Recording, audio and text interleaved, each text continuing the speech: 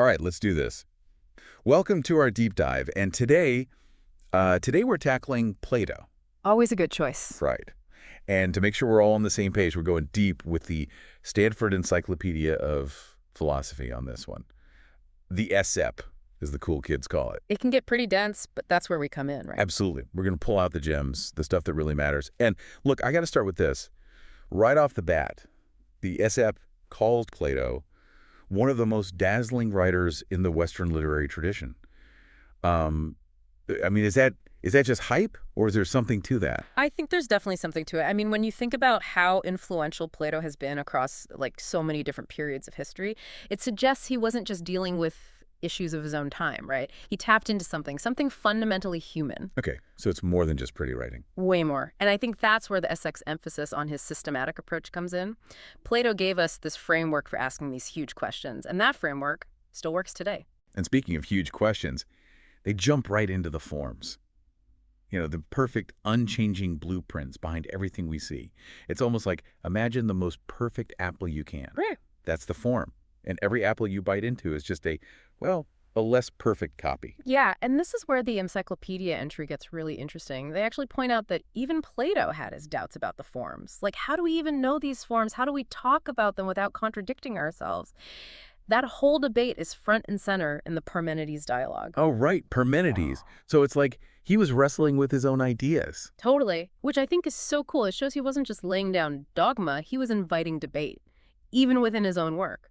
Yeah, which, as a philosopher, I mean, that's got to be exciting. For sure. So it's not just what he's saying, it's how he's saying it, too. Right. And that brings us to the format of, well, pretty much all his work, the dialogues. Exactly. And the Psyche makes a big deal about that. It wasn't like, here's what Plato thinks. It was more like, let's explore these ideas together. Let's see where they lead. Which, of course, brings us to Socrates, Plato's, main man in most of these dialogues. Right.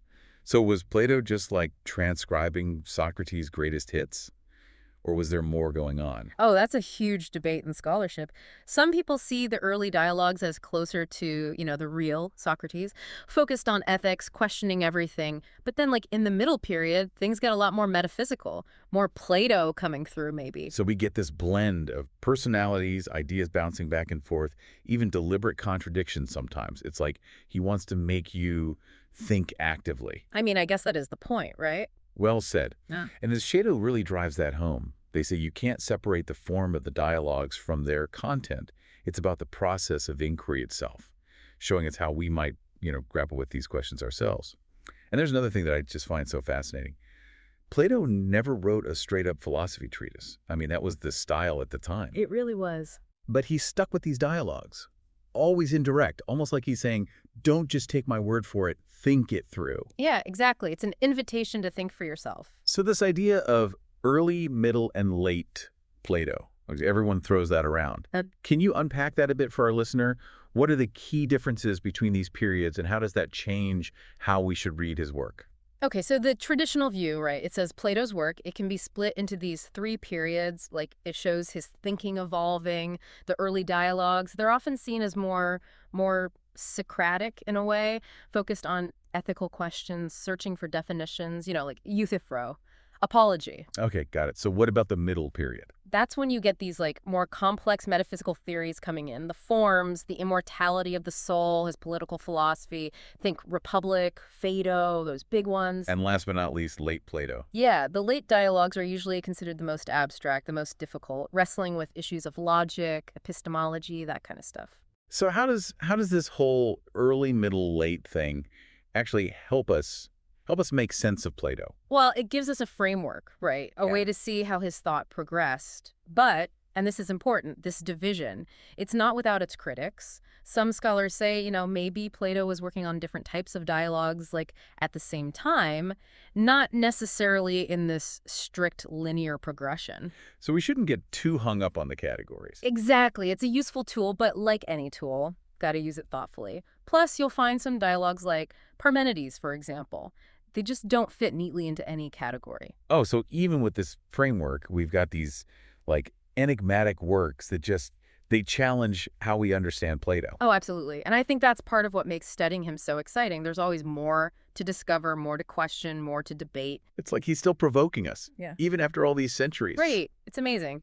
Okay, but let's get back to the dialogues themselves for a sec. Why did Plato choose this format at all? I mean, treatises were like the go-to philosophical style back then. Why all the conversation? Why not just lay it all out?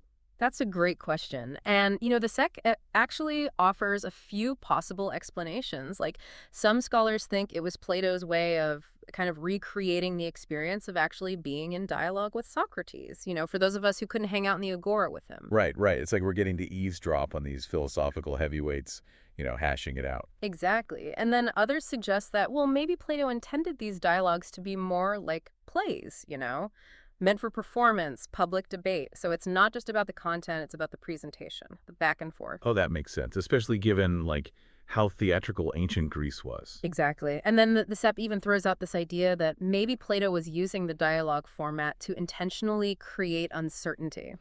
Yeah, to push readers to question their assumptions, grapple with the ideas themselves, which again aligns with those Socratic roots. Oh, so it's like he's deliberately avoiding giving us those easy answers. Exactly. And that's a key point, I think. It's not about memorizing doctrines, it's about engaging in the inquiry. So we've talked forms, we've talked dialogues, we've talked Socrates. What about Plato's actual, philosophy? What did he believe about the world? About how we should live? Well, Plato's philosophy, it's incredibly rich, incredibly complex. It's not a soundbite kind of thing. Fair enough. But I think we can highlight a few key takeaways, things that might resonate with a philosopher like yourself. I'm all ears. Okay, so first off, the distinction between the world of appearances and the world of forms. That's absolutely central to Plato's thought. Think back to that ideal chair we were talking about earlier. That's an example of a form. The perfect, unchanging essence of chairness. And every actual chair we see, it's just an imperfect copy, a flawed imitation. Right, right. But why is this distinction so important to him? Because for Plato, the world of forms, that's the real world.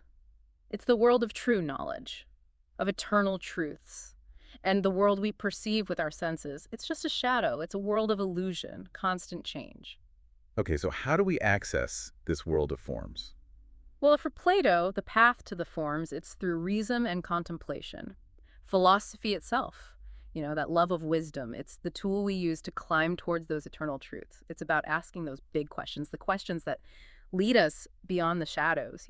So philosophy is the ladder, and the forms are at the top. That's a great way to put it. And this whole pursuit of knowledge, it's not just an intellectual exercise for Plato. It has profound implications for how we live. So this is where the ethics comes in. Exactly. Plato believed knowledge and virtue, they're intimately connected. Once we know what's truly good and just, we'll naturally act in accordance with that knowledge. It's not about following rules imposed from the outside. True morality, it comes from this inner understanding of the forms. So it's like empowering in a way. It suggests we have the potential to be good, if we can just cultivate that knowledge. Absolutely. And as the Fapi points out, Plato's political philosophy, it's deeply intertwined with these ethical views. If we know what a good life looks like, shouldn't we, try to create a society that supports that kind of flourishing? Which brings us to the philosopher king, this idea that the ideal rulers would be those who've attained true knowledge and can guide others towards the good. I don't know, it's an intriguing concept, but it also feels a bit, idealistic. It does. And the SEP highlights this too. Plato's Republic, where he lays out this whole vision of an ideal city.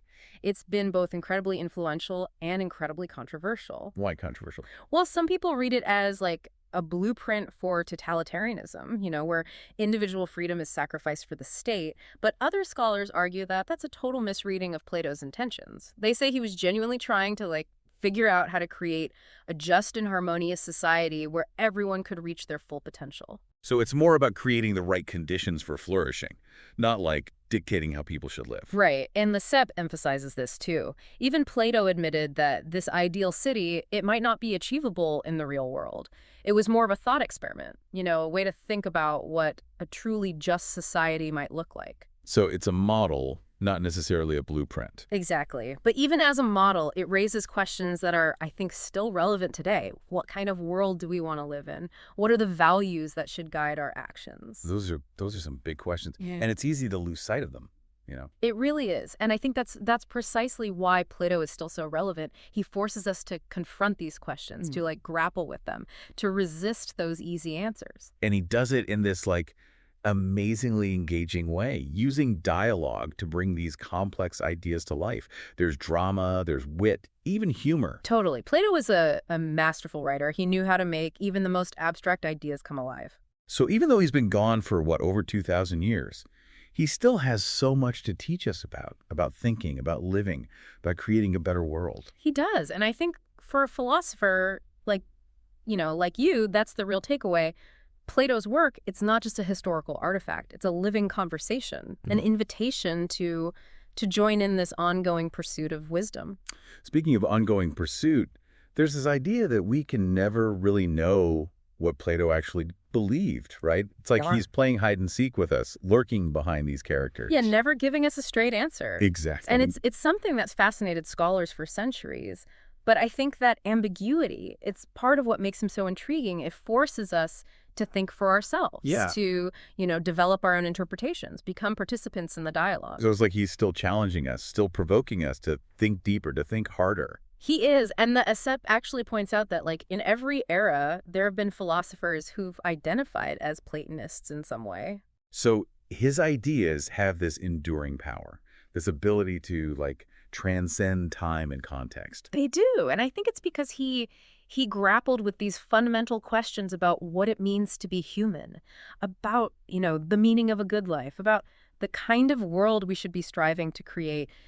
These are questions that are always going to be relevant regardless of the historical context. So even though he chose this, like, indirect route, Yeah. never writing a straight-up treatise, Yeah. always presenting his ideas through the voices of others. Always making us work for it. Exactly. Hmm. Do you think he ultimately managed to convey something profound about the nature of philosophy itself? The idea that it's not about finding the right answers in a book. It's about the journey, right? The constant questioning, the wrestling with ideas, the willingness to be wrong, to change your mind. And to never stop asking those huge, challenging questions. So as we start to wrap up this deep dive into Plato, I'm curious, what's the one thing that you as a philosopher are going to take away from all this? What's the nugget of wisdom you'll carry with you? I think for me, what's so striking is how Plato brings together this incredible intellectual rigor with a real sense of playfulness. His dialogues, they're serious, definitely, but they're also witty, they're engaging, full of life. And I think that's a good reminder, right? Philosophy doesn't have to be, like, dry and inaccessible. It can be fun, exciting, even a little mischievous at times. It can be a deep dive. It certainly can. But, it makes me wonder, if Plato was so skeptical of those straight-up treatises, even of presenting his own ideas that way, what would he think about us trying to unpack him? Like in a podcast, would he approve, or would he just laugh at the irony? I don't know. It's a good question. I mean, ultimately, I don't think Plato would want us to just passively absorb everything we've talked about today. Right? He'd want us to engage with these ideas, to challenge them, to, come up with our own interpretation. To keep the conversation going. Exactly. So to our fellow philosopher out there, keep questioning, keep exploring, and never stop diving deeper. Until next time. Yeah, that's a good question. It really is. It's funny. For me, I think what I'll take away is how much I still have to learn. Oh, come on. You're the expert here. I appreciate that. But that's the thing about Plato, isn't it? He keeps you coming back for more. There's always something new to discover, some new layer to unpack. And the Sep, they make that point really well. They say that Plato's thought is like this vast and intricate tapestry, and every time you look at it, you see something different. Oh, that's a great analogy. Yeah, and I think that's the real beauty of it. It's not about getting to some final definitive answer. It's about the ongoing exploration, the journey itself. A deep dive. Exactly. And I think that's a lesson that's really relevant, not just for philosophy, but for life in general. Yeah, I mean, that's why we do this, right? It is, to keep learning, to keep questioning, to keep pushing ourselves to think deeper. Well said. And on that note, to our fellow philosopher out there, keep those questions coming. Keep diving deep. And we'll see you next time on The Deep Dive.